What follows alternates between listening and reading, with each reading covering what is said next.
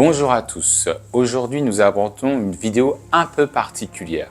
En effet, aujourd'hui nous sommes le 2 avril et le 2 avril c'est la journée internationale de sensibilisation à l'autisme. Saviez-vous qu'environ une personne sur 100 est justement autiste? Cela signifie que nous connaissons toutes et tous directement ou indirectement une personne atteinte du trouble de l'autisme. Mais qu'est-ce donc l'autisme? Eh bien, je vous propose humblement dans une vidéo une présentation de ce sujet en 10 questions. Et n'hésitez pas à me dire ce que vous en pensez en commentaire.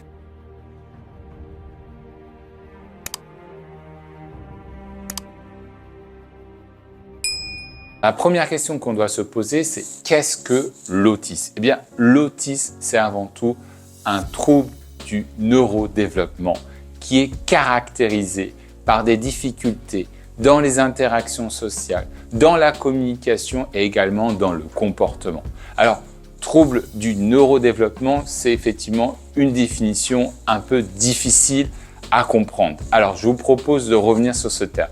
Le trouble du neurodéveloppement, c'est le développement des neurones. Un neurone, c'est une cellule du cerveau, mais aussi de la moelle épinière ou des nerfs du corps. Ces neurones transmettent des informations et communiquent entre eux grâce à des espaces que l'on appelle des synapses. Le développement des neurones permet la formation du système nerveux qui apparaît dès le début du développement d'un organisme, qu'il soit végétal ou animal, au moment où le fœtus se forme. Donc l'autisme, c'est un trouble de la formation ou la fonction du système nerveux qui se caractérise par différentes formes que nous évoquerons. Qui a défini l'autisme? Le mot en tant que tel, autisme, a été inventé par un psychiatre suisse qui s'appelle Eugen Bleuler. Et pour lui, l'autisme serait le plaisir de se recentrer sur soi, une protection de l'enfant vis-à-vis de l'environnement. Car l'autisme était considéré à l'époque comme une maladie mentale, comme un symptôme de la schizophrénie ou associé à la psychose. Puis en 1943, un psychiatre américain, Leo Kanner, va décrire définitivement l'autisme. Pour lui, dans un manuel qu'il a intitulé Autistic Disturbances of Affective Contact, après avoir observé 11 enfants dans sa clinique de Baltimore, il a dégagé différentes caractéristiques de ses recherches. D'abord, pour lui, l'autisme, c'est avant tout l'isolement, puis les troubles du langage, mais également des comportements répétitifs et rigides. Mais il a également noté qu'il y avait une intelligence préservée malgré le trouble. Donc, autrement dit, pour Leo Kanner, à la différence de Bleuler, eh bien, l'autisme, c'est avant tout quelque chose d'inné, qui vient de la naissance et en aucun cas qui se développerait au cours de la vie comme une maladie mentale classique. Aujourd'hui, l'autisme est défini par deux grandes dimensions. D'abord, c'est le trouble de la communication sociale, autrement dit le langage. Et en deuxième, c'est tout simplement un trouble répétitif du comportement. Pour mieux comprendre l'autisme encore, nous avons deux types de manuels. Et ces manuels, en fait, permettent de catégoriser quels sont les types d'autisme. Alors, en premier lieu, à partir des années 50, nous avions dans les hôpitaux psychiatriques américains une classification des maladies mentales. Ce manuel s'intitule Diagnostic Statistical Manual and Mental Disorder, ou DSM. Donc, en français, on le traduirait par le manuel diagnostique et statistique des troubles mentaux. Le DSM permet de catégoriser les patients et aborde l'autisme à partir de 1994. Il est aujourd'hui plus utilisé dans le cadre de la recherche, mais il permet d'avoir une cartographie de l'autisme. Et puis, il existe une deuxième catégorie qui est la CIM, la classification internationale des maladies, qui elle aussi inventorie toutes les formes de maladies et qui, elle, est publiée par l'OMS, l'Organisation mondiale de la santé. Et dans ce CIM, à la version 10 de 1992, l'autisme apparaît enfin dans le chapitre 5 des troubles mentaux et du comportement. Et la CIM 11, apparue en 2022, classe les troubles du neurodéveloppement en 8 sous-catégories. Et on peut notamment citer ADHD ou TDAH en français, la dyslexie, la dyscalculie, le syndrome de l'X fragile. Il faut aussi rajouter le terme du spectre autistique. En effet, ce spectre est arrivé dans le DSM-5 car derrière certaines caractéristiques communes, chaque personne autiste est différente. L'enjeu est donc d'avoir une évaluation individuelle. Car le spectre du trouble autistique, c'est comme le spectre de la lumière blanche qui se décompose en différents types de couleurs. C'est pour cela qu'on a retenu le terme de spectre parce qu'il permet justement de décrire une palette de chacune des personnes. Ici, il s'agit de décrire les compétences individuelles plutôt que de mettre les difficultés de chaque personne. La deuxième question qu'on pourrait se poser, c'est, on entend souvent le terme d'Asperger. Quelle est la différence entre autiste et Asperger? Eh bien, justement, je venais d'évoquer la classification du CIM et du DSM parce que, justement, dans la classification du DSM-4, dans sa version en 1994, qui était certes une avancée, qu'on catégorisait l'autisme en 5 catégories. Et la première catégorie, c'était justement l'autisme infantile, l'autisme de Kenner. Et puis la deuxième catégorie était justement l'autisme Asperger. Alors l'autisme Asperger, c'est tout simplement une intelligence souvent normale ou supérieure, avec un langage bien développé, mais de grandes difficultés dans les interactions sociales et souvent des intérêts spécifiques et très intenses. Mais cette catégorisation entre autiste et Asperger, eh bien, elle était tout simplement stéréotypée. Soit vous étiez Asperger et donc ultra intelligent, soit vous étiez autiste. Cette représentation caricaturale a entraîné et chez les gens et chez les professionnels une très grande confusion. Cette représentation que l'on a des Asperger demeure dans notre imaginaire. On pense par exemple au film Rayman, The Big Bang Theory, Dr House. Et à l'inverse, les personnes non verbales à déficience intellectuelle ou les filles sortent complètement des radars. Donc n'oubliez pas que les Asperger sont des personnes autistes, mais elles ne constituent qu'entre 10 et 15% d'après les différentes statistiques, et encore il faut prendre les chiffres avec des pincettes, de l'ensemble des personnes autistes. Donc il faut bien prendre en compte le terme de spectre, effectivement le spectre, puisque ça permet de prendre en compte les difficultés précoces et persistantes qui en général apparaissent avant l'âge de 3 ans. Avec ces deux grandes dimensions, d'abord un déficit persistant de la communication et des interactions sociales. Autrement dit, eh bien, on va avoir des difficultés dans les interactions sociales, c'est-à-dire comprendre les émotions des autres, utiliser des expressions du visage, maintenir le regard, initier ou maintenir une conversation. On va avoir par exemple une difficulté dans la réciprocité sociale, c'est-à-dire qu'une difficulté à ajuster pour la personne autiste son comportement selon le contexte. Un trouble de l'empathie spontanée, c'est-à-dire la difficulté pour la personne autiste de représenter ce qu'elle ressent. Une altération du jeu symbolique ou une orientation réduite vers le monde social. Et puis, deuxièmement, c'est un comportement restreint et répétitif. Autrement dit, la personne autiste, elle a souvent des mouvements stéréotypés. Elle peut avoir par exemple des balancements, des battements de mains, des écholalies, c'est-à-dire qu'elle va répéter ce qu'on va dire, des attachements plutôt excessifs à des routines ou des rituels et du coup une grande intolérance au changement. La personne autiste aime très peu le changement. Des intérêts restreints et intenses. La personne autiste en général est très focalisée sur des sujets très précis et une réaction sensorielle atypique. En général, ce sont des personnes qui ont une hypersensibilité ou au contraire une hyposensibilité au bruit, à la lumière, voire même à la texture, etc.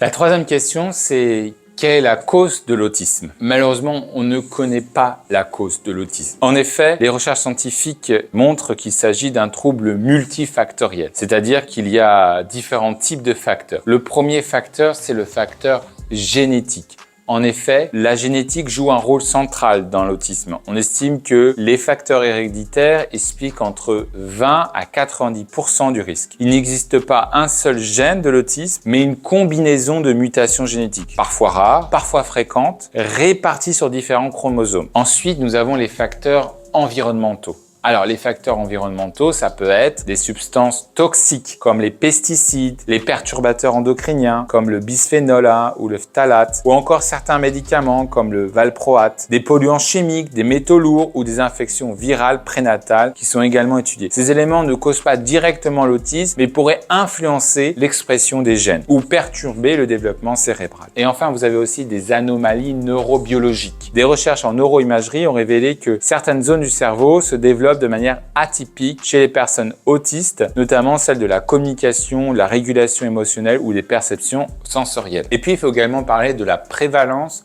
et de la différence entre les sexes. Oui, parce que, en fait, la prévalence de l'autisme a fortement augmenté ces dernières années. On estimait autrefois que 5 enfants sur 10 000 étaient autistes. il est aujourd'hui de 1 sur 100. Cela s'explique notamment par une meilleure détection des critères diagnostiques, une sensibilisation accrue. Le TCA est diagnostiqué environ 4 fois plus souvent chez les garçons que chez les filles. Mais des études récentes montrent également que les filles autistes sont souvent sous-diagnostiquées. Quatrième question, c'est peut-on guérir de l'autisme? Eh bien, l'autisme, c'est un trouble du neurodéveloppement, comme je l'expliquais. Et donc, malheureusement, il n'existe pas de traitement curatif. On ne guérit pas de l'autisme, car ce n'est pas une pathologie à éliminer, mais plutôt un fonctionnement neurologique différent, présent dès la naissance. Cependant, il existe de nombreuses approches thérapeutiques ou éducatives qui vont permettre une amélioration de la qualité de vie de ces personnes. Parmi les principales interventions, on doit d'abord citer l'orthophonie. Effectivement, l'orthophonie peut aider au développement du langage et de la communication. Les approches comportementales, par exemple la ABA, l'analyse appliquée du comportement, qui est souvent utilisée chez les jeunes enfants. Le programme Teach, qui est basé sur la structuration de l'environnement et des routines pour faciliter la compréhension. La médiation sociale et les thérapies éducatives et sensorielles. L'objectif de ces accompagnements, c'est de favoriser l'inclusion, l'intégration de la personne et de permettre à la personne autiste de développer ses capacités dans le respect de son propre rythme et de son fonctionnement. Cela peut conduire dans de nombreux cas à une certaine forme d'indépendance, même si le niveau de soutien nécessaire varie d'une personne à l'autre. La cinquième question, c'est de savoir comment peut-on savoir si on est autisme? Eh bien, le diagnostic est mené par différents professionnels, à commencer par des neuropédiatres, des pédopsychiatres, des psychologues, des orthophonistes, qui évaluent d'une part les comportements sociaux, c'est-à-dire la difficulté ou non à interagir, à comprendre les codes sociaux, la communication verbale et non verbale, la présence de comportements répétitifs, de routine ou d'intérêt, ainsi que les capacités intellectuelles, sensorielles, motrices ou émotionnelles. Alors, ce diagnostic peut se faire très tôt.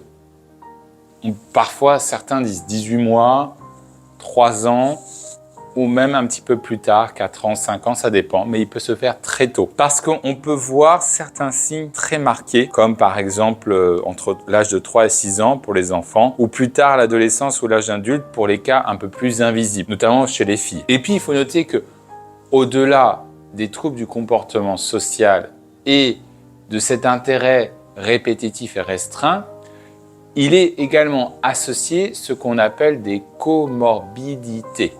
Alors, les comorbidités, c'est tout simplement des troubles associés. Par exemple, 70% des autistes ont une comorbidité d'après le DSM. Il est essentiel de les repérer dans le bilan pour adapter l'accompagnement. D'abord, vous avez les comorbidités neurodéveloppementales.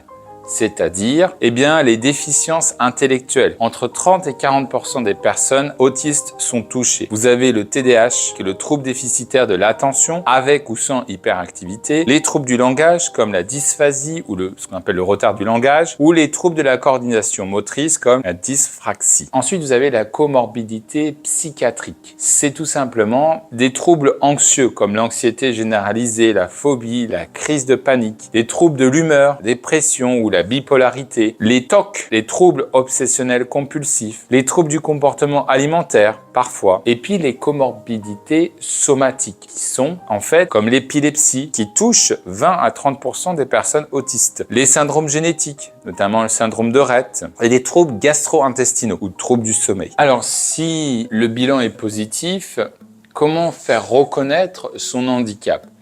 Eh bien, en France, une fois que le bilan a été posé par ces professionnels, la personne autiste doit effectuer un certain nombre de démarches auprès de la MDPH, la Maison départementale des personnes handicapées. Différentes étapes conclues, notamment d'abord vous avez une consultation spécialisée de rendu du diagnostic, vous avez un accompagnement au diagnostic parental et un dossier à la MDPH à remplir, et puis avec des professionnels, il y a une co-construction du projet, construit avec les professionnels qui connaissent bien la situation, et l'objectif est d'obtenir des aides comme une reconnaissance du handicap, des allocations, un accompagnement scolaire ou des aménagements pédagogiques ou professionnels. Et puis vous avez un suivi, une réévaluation régulière qui se fait auprès de la MDPH de votre dossier. Alors comment réagir lorsque un de vos proches est diagnostiqué comme une personne autistique. C'est effectivement une situation délicate auquel on ne sait pas forcément faire face, justement en raison du manque de la sensibilisation face à l'autisme. C'est tout à fait normal d'être surpris, inquiet, parfois soulagé de pouvoir mettre un mot sur des mots, mais quoi qu'il en soit, il faut d'abord accueillir cette nouvelle avec ouverture. L'autisme n'est pas une maladie, mais une manière différente de percevoir et d'interagir avec le monde. Il faut éviter les jugements ou les idées préconçues. Chaque personne autiste est unique et le diagnostic ne va pas changer la personne. Il met juste un mot sur ce qui était déjà là. Il faut aussi s'informer sur l'autisme. C'est très important. Plus on sait, mieux on comprend là où les personnes. Apprendre à reconnaître ses besoins et son fonctionnement évite de mal interpréter certains comportements. Il est important aussi de lire des témoignages de personnes autistes, de suivre des comptes sur les réseaux, de regarder des documentaires et surtout d'écouter la personne elle-même. Et puis il faut changer de regard. C'est très important parce que on ne soigne pas l'autisme. On accompagne la personne pour qu'elle s'épanouisse dans son environnement. Il ne s'agit pas de rendre la personne normale, mais de comprendre son mode de fonctionnement et d'adapter la relation. En somme, il faut être présent, curieux sans être intrusif, être à l'écoute et toujours être bienveillant. Ensuite, comment interagir lorsqu'on sait, lorsqu'on connaît, lorsqu'on rencontre une personne autiste, comment interagir avec elle, comment communiquer, surtout lorsqu'il s'agit par exemple d'une personne autiste non verbale. Eh bien là, il n'y a pas de méthode miracle. Encore une fois, certains principes de bon sens s'impliquent. Par exemple, utiliser une communication claire et simple, éviter des expressions figurées, des sous-entendus, des blagues implicites, privilégier des phrases courtes, ne pas forcer le contact visuel ou physique. Les regards dans les yeux, la poignée de main, les câlins peuvent être inconfortables. Respecter leur espace personnel et leurs préférences sensorielles. Offrir un environnement prévisible et rassurant. Expliquer les changements à l'avance, par exemple, on utilise souvent des images pour expliquer ce qu'on va faire plus tard.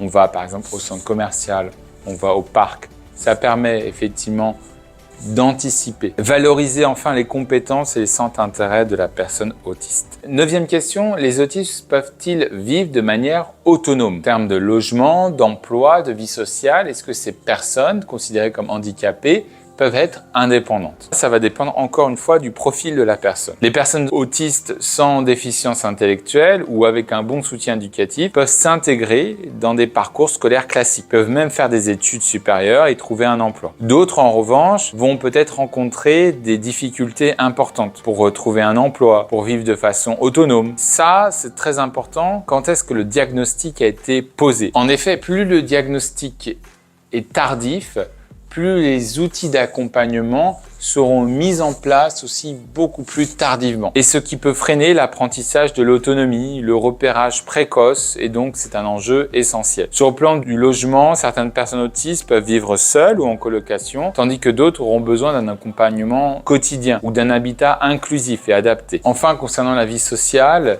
les personnes autistes sont souvent isolées. Dernière question, c'est quels sont les défis liés à l'autisme? En fait, le défi numéro 1, pour ma part, c'est que le problème ne vient pas des personnes autistes, elle vient de la société qui est mésinformée. Les personnes autistes ont des compétences, des sensibilités, des logiques de pensée différentes qui peuvent véritablement devenir des atouts si elles sont reconnues ou valorisées ou intégrées. Elles peuvent exceller dans des domaines comme l'informatique, l'art, les sciences, les métiers d'analyse, de la rigueur, de la recherche et bien d'autres. Mais à mon sens, la société ne fait pas assez d'efforts. Elle ne fait pas assez d'efforts pour adapter les écoles, les lieux de travail, les services ou les relations humaines. Alors ces différences peuvent se transformer en obstacles. Elles vont avoir des difficultés à trouver un emploi. Elles vont être plus isolées que les autres personnes. Elles vont avoir une absence de soutien qui serait adapté à leur handicap. Et elles vont avoir une incompréhension, voire un rejet souvent répétitif. Car le véritable défi de notre société aujourd'hui, c'est de construire une société plus souple, plus inclusive et plus humaine. Il ne s'agit pas de normaliser les relations, mais comme toutes les personnes, eh bien, les personnes autistes ont le droit d'être à la fois aimées et respectées. Voilà. Comme toujours, si vous avez aimé, n'hésitez pas à liker, à partager et surtout, n'hésitez pas à écrire dans vos commentaires ce que vous en pensez. Je ne suis pas un spécialiste de la question. Je vis le sujet en tant que tel, sans être une personne autiste. Et cela me faisait du sens de faire une vidéo à ce propos. car bien souvent ce sujet est méconnu et les gens jugent trop rapidement les personnes autistes sans savoir ce que c'est. Pour votre information, il existe en fait un badge et c'est ce badge qui vient plutôt des États-Unis, qui est encore très méconnu dans beaucoup de pays d'Europe pour l'avoir expérimenté. C'est un badge que portent les personnes qui ont pas seulement autisme, mais qui ont un handicap invisible. Maintenant, après cette vidéo, vous en savez un peu plus. Voilà. Merci à tous et je vous dis à très bientôt dans une prochaine vidéo. Au revoir.